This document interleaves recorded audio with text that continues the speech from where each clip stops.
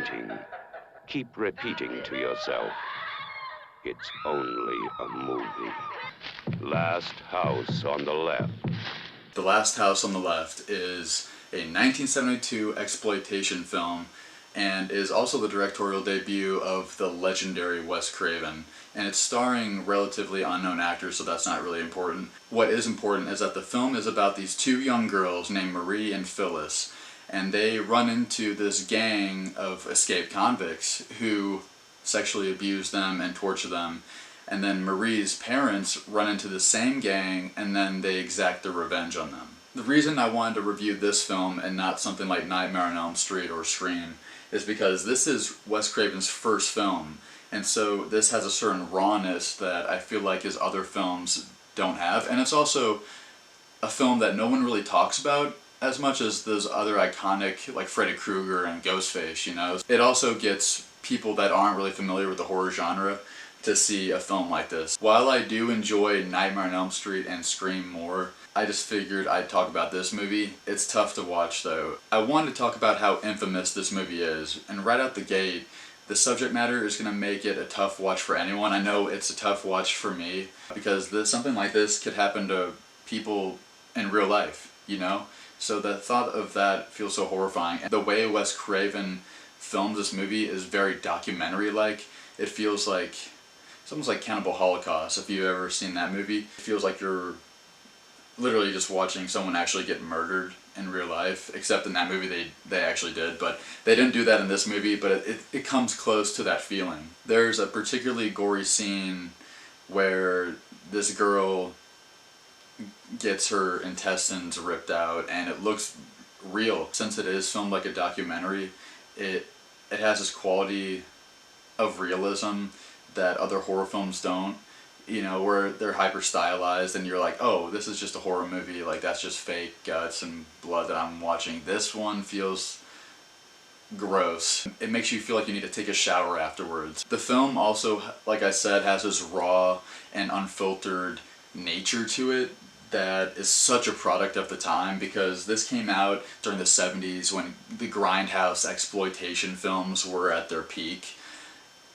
And that being said, this movie is going to have all the good, the bad qualities of a grindhouse movie. So if you're a big fan of those, I guess you'll like this, but if you're not, you're absolutely going to hate it. The sound design of this movie is also very off-putting. Like, there's this one scene where this girl is getting stabbed and it has this weird sound effect put in the background.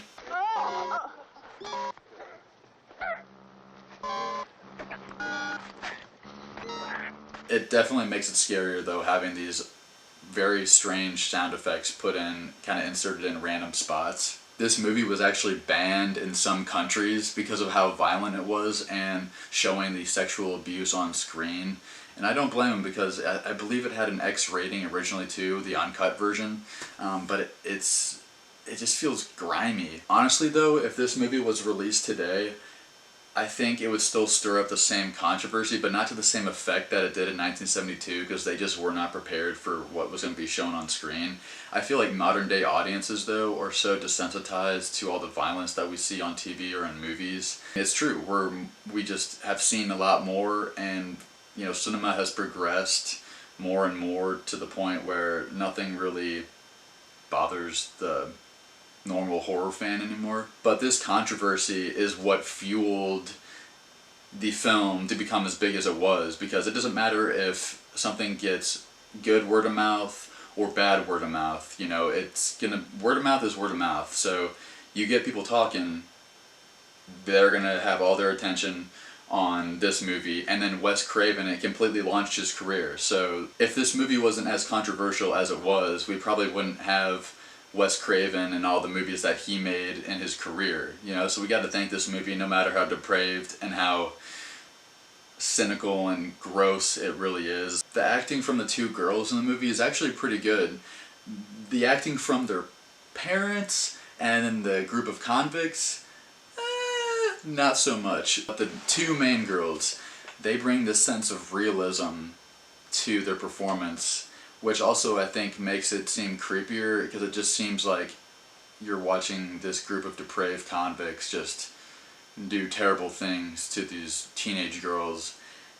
And it just feels messed up. Near the end of the film, where the parents are getting the revenge on these convicts, it kind of derails for me and feels like this hyper sense of realism they were going for becomes kind of silly and unbelievable, especially in this one scene where the mom, I guess, of Marie is trying to seduce this one convict guy, and she's like about to do like nasty things. She bites this guy's wiener off, and it's just like this whole cringy scene. I don't even want to go into it. The dad's acting too is just not too great, and you're just like, dude, what are you even doing, you know? But I mean, I can't really judge the film in that way. I mean, they had a lot of trials and tribulations they had to go through while making this movie, and the actors weren't really actors. They were just kind of who they could find at the time, and I guess I have to give Wes Craven credit for that. That being said, the film isn't really my cup of tea, but if you're a huge horror fan, I think you should pay your dues and just give the film a watch, maybe even just one time. If you want to see where Wes Craven really started, you could tell this is a beginner filmmaker here, because honestly, it feels like something that someone in my film school would have made. Like this and like Evil Dead, that feels so amateur. It makes you feel kind of inspired. This was the stepping stone for one of the best horror directors that we got in our genre, so I had to talk about the movie. Such rawness could probably inspire a young generation of filmmakers, but because of the subject matter here, I don't really strongly recommend this movie.